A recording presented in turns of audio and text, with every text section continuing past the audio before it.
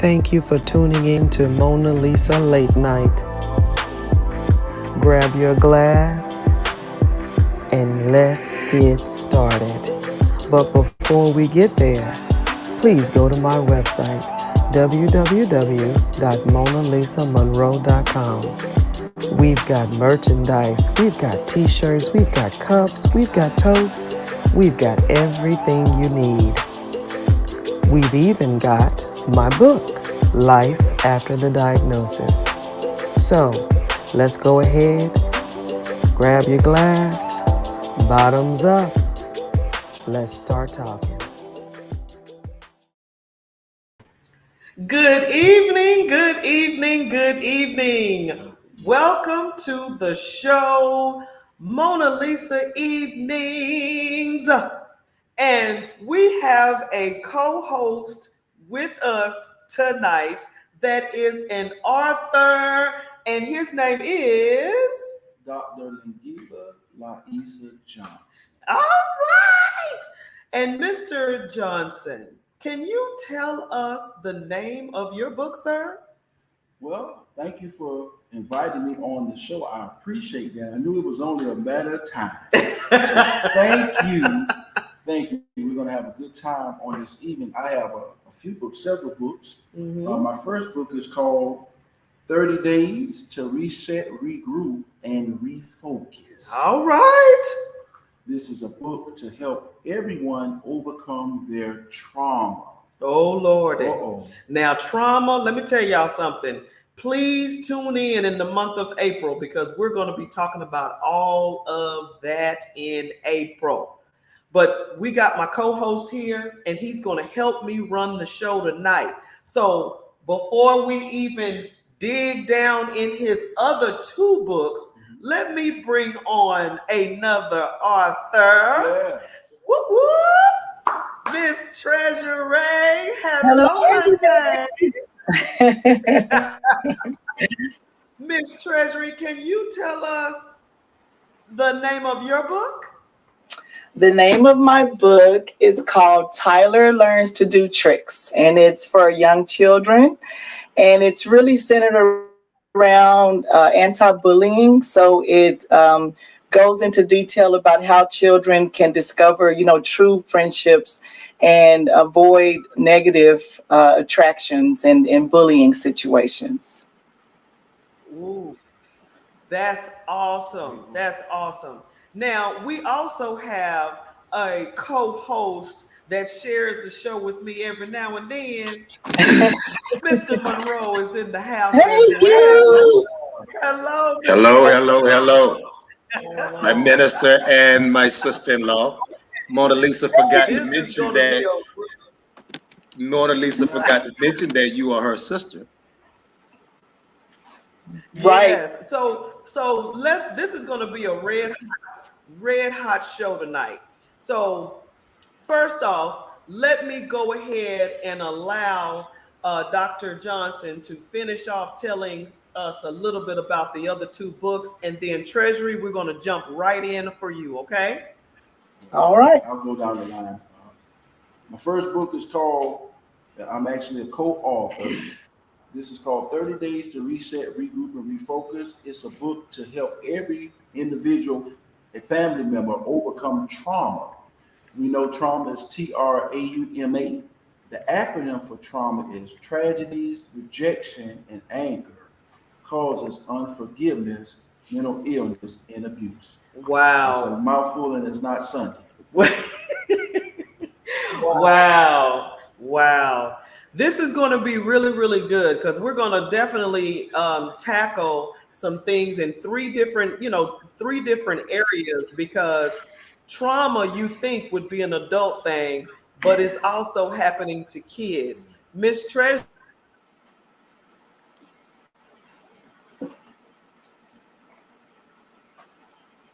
Uh-oh.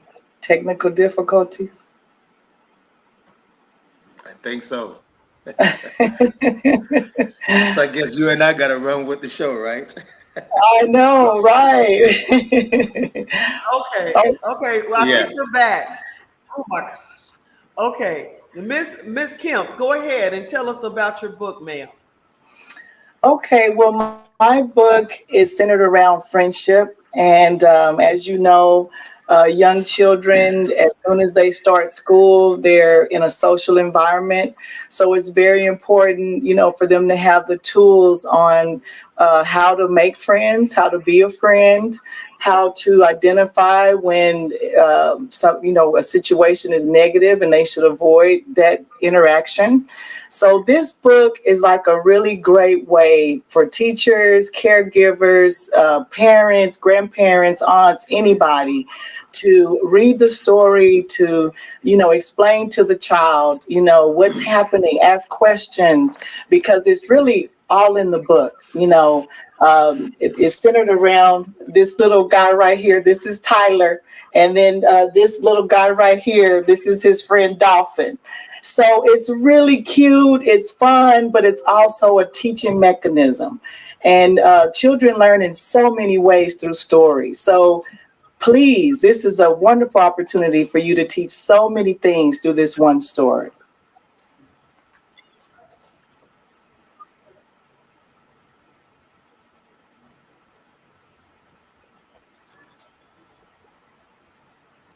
Wow, that's awesome. You know what? I'm going to shift a little bit here. Hold on, hold tight.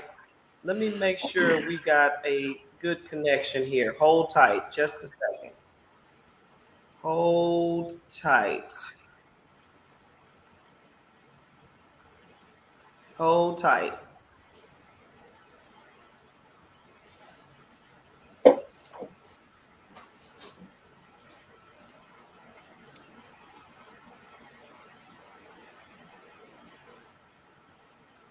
Well, let me ask this, Miss Treasury. Can you guys see me?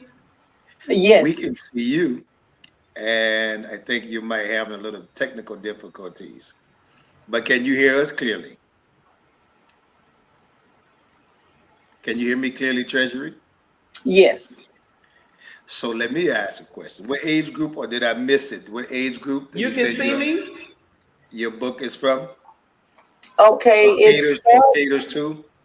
I would say it caters from 2.5 up, because it's really for young children in general. It's really no specific age. It can go all the way up to, 10 years old, because this lesson is one of those things that can transcend age, because, sometimes kids think that they have to do certain things to fit in, to feel accepted. That's why we have gangs and so much gang violence and, negative bullying groups, kids that are, getting beaten up over shoes and things like that.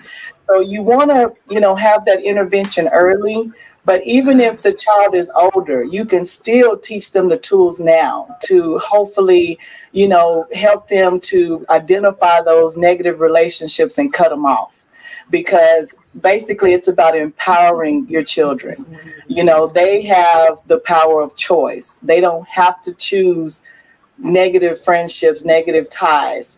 But if you give them this tool early and start training them on what to look for early, then you can avoid those negative interactions and that possible negative path that could lead to, violence or worse early. So the earlier you introduce it, the better. That's what I say. Right. So it's dealing with positive behavior and characteristics of sorts. Yes. Positive interactions. These are two friends. And basically, once you go into the book, you find out how their friendship is tested and how Tyler, the main character, the bigger fish, you find out, how he was able to identify the difference. So I can't give away the secrets. But go ahead. Do you have it in pop-up? Pop-up books we used to read with kids? Okay. That's going to be my next one, Gary. Thank you for the idea. Yeah, okay. Yeah, but that's a good premise you say with kids. I think a lot of us adults need a book as sort to help us with interacting with one another, because in reality, children's behavior essentially is learned behavior, Yes, it is. you know, and So so true. it is, and is essentially learned from their circle of influence, the adults in their circle of influence, beginning with parents Mm-hmm. and relatives and friends and family members of sort. Mm-hmm. Sounds interesting. Yes. If you ask Mona Lisa, she probably would say, "I need to read your book."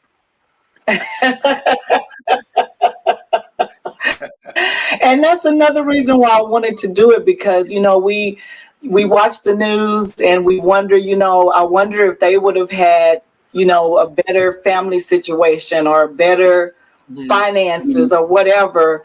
Could it have been better? But it's about those tools, about how you're training them as they're coming up. What do you value? Those family values, the core values of life, the moral values, the ethics. Those things can be put into children at an early age, and that's what I And think people don't understand. They're very smart.